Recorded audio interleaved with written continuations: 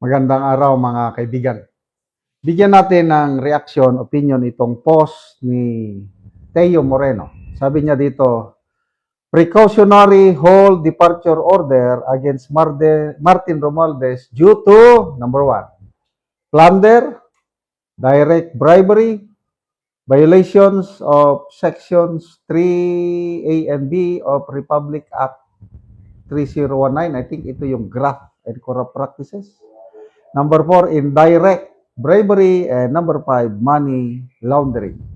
It's Martin Romualdez versus Boying Rimulya. Now, ito, yung ifinail ng ombudsman sa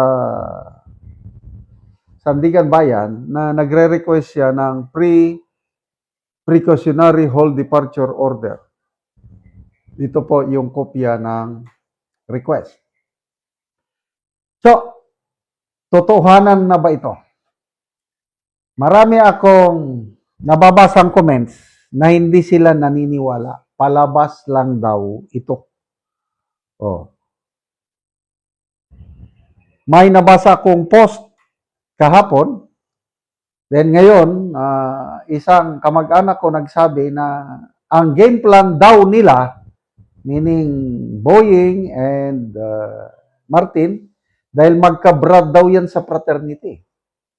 So ito ngayon, kakasuhan. Kailang mahina yung ebidensya.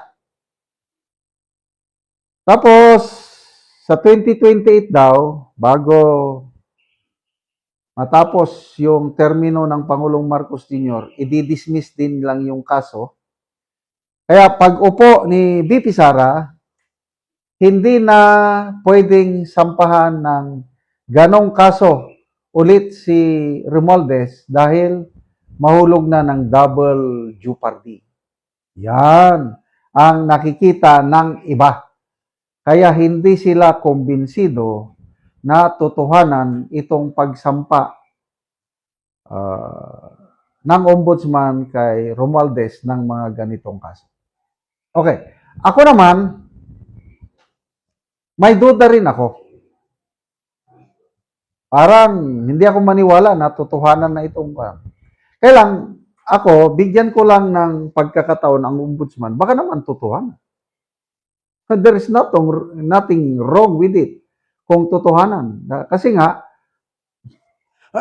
public opinion, karamihan naniniwala na isa si Romualdez ang mastermind sa flood control scam na ito. Ulitin ko opinion lang ito. Iba naman yung evidence na ang korte na ang mag-decide. Sa Court of Public Opinion, marami ang naniniwala na malaking mastermind si Martin Romualdez.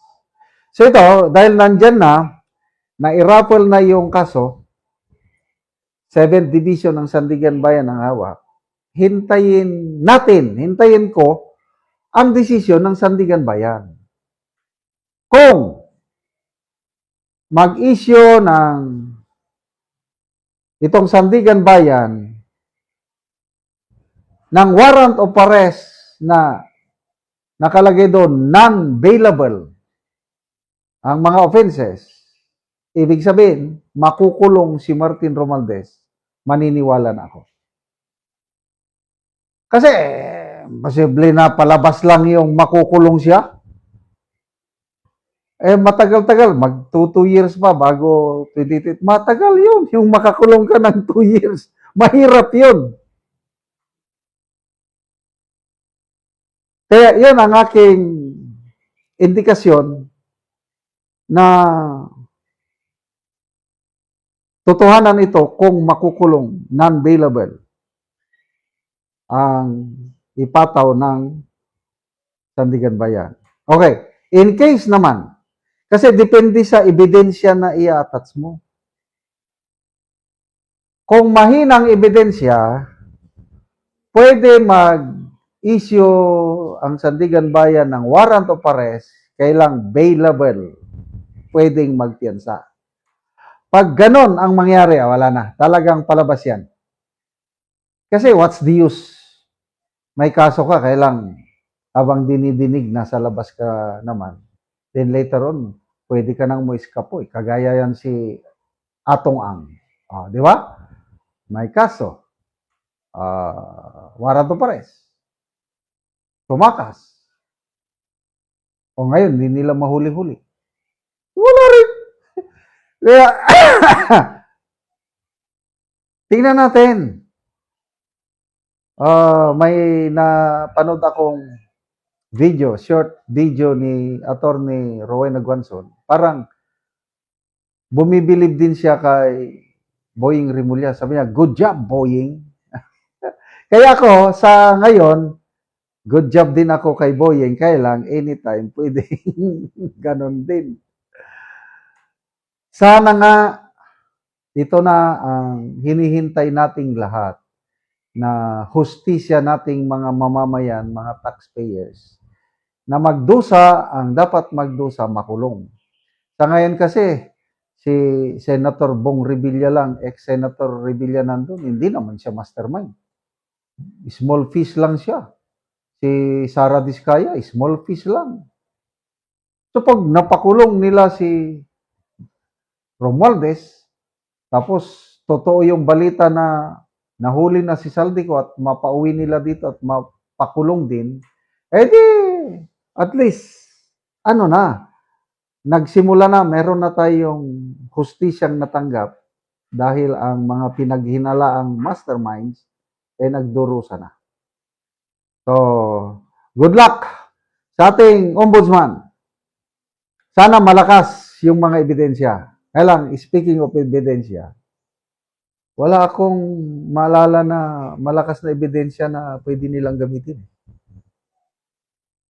Kasi nagsabi na si Ombudsman Rimulya noon pa na last year, mahinang ebidensya laban kay Romualdez. The most na pwede nilang ikaso daw is gross negligence. Bakit niya pinili si Saldico na chairman ng Committee on Appropriations? Yun lang. Bakit bigla ngayon kinasuhan siya ng mabibigat na kaso? Ano ba yung ebidensya nila? Hindi ko alam. Kaya ngayon, bahala na ang Sandigan Bayan. Salamat mga kaibigan sa inyong pagsubaybay sa channel nito. Nakakatulong kayo ng malaki sa tribong Talanding ng Bukidnon dahil ang sweldo natin sa channel nito is pantulong sa tribo.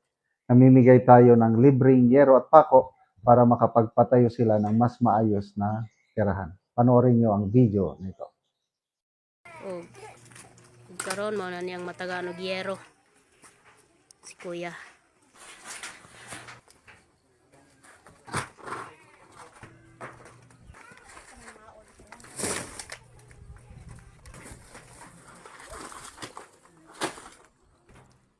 Og mo na ni ang balay ni Kuya nga guba na kay gikuanan lang isapahan lang og cellophane kay tulo na gid kaayo pag muulan. So gikabira na lang og cellophane.